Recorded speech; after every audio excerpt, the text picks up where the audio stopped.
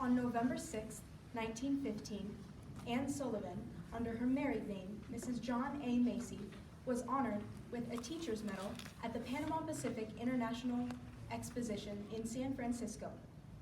At the event, Helen Keller was displeased to find that, yet again, the focus of attention was on herself and not her teacher. The following excerpt is from the speech given at that event. Hello, my name is Esther Robart. I'm from Eagle Heights Christian School, and I will be presenting In Praise of Anne by Helen Keller. I cannot tell you how much I appreciate the great honor that has been conferred upon Mrs. Macy and myself. Many fine compliments have been paid me today. They are pleasant to me, but the recognition given my teacher delights me still more. I am glad that competent judges everywhere approve of her and her work, a work of devotion that may well stand as an example to teachers of all generations.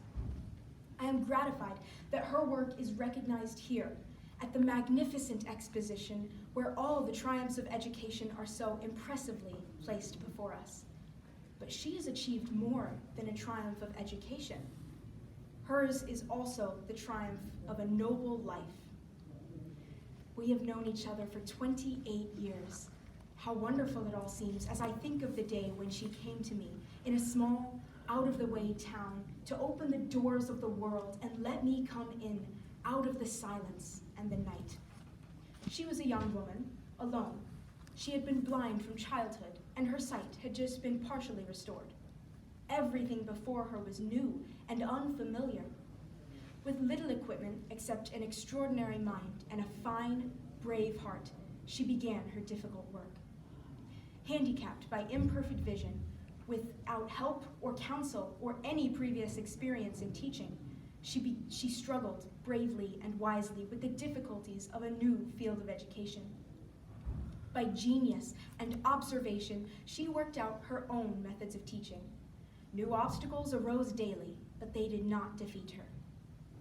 She never shirked her tasks, no matter how discouraged she might feel. She never shrank from her responsibilities, however painful they might be.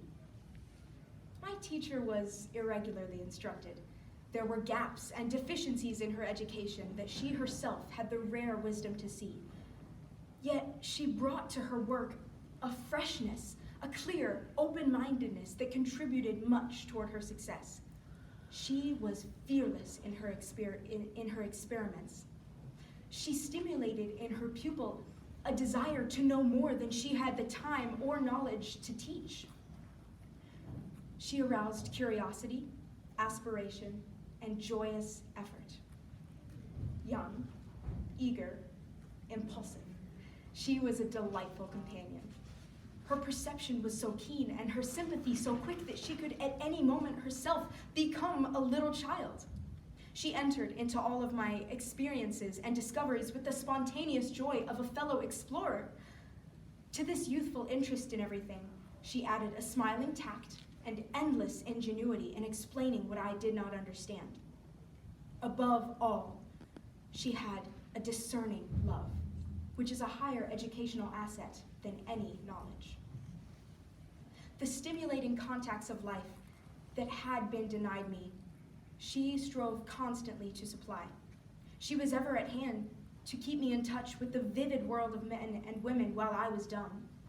With high faith and perseverance, she helped me to tear away the bands of silence so that I might have the joy of speaking, if most imperfectly, to a few intimate friends. And behold, she has faced the same tremendous struggle again so that I might speak more distinctly and be understood by many people. When I was in college, she would use her poor sight and her supple speaking hand for many hours each day to read to me and to spell out the lectures. And she has continued to bring me, day by day, the best thoughts of men and the news of their achievements. She could have lived her own life and had a better chance of happiness than most women. Her power of diamond-clear, audacious thought and the splendor of her unselfish soul that have made her a teacher of teachers might have made her a leader in the great emancipation of women that our day is seeing. But she has closed these doors to herself and refused to consider anything that would take her from me or interfere with her labor of love. Even now, as she has a household and new demands are constantly being made on her time and strength, she never lets pass a chance to lighten the weight that burdens my activities and hampers my work.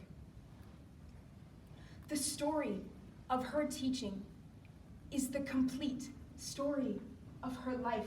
Her work is her whole biography. Slowly, out of my weakness and helplessness, she has built up my life. No one knows better than she and I how that life falls short of what we would like to make it. But such as it is, she has built it, and thousands are stirred by the story of her achievement. And her own life, what shall we say of it? She has spent it in an unpromising work, and lo, you see it, complete, aglow with the splendor of genius. So the distinguished honor you pay us today is due to the great woman as well as to the great teacher.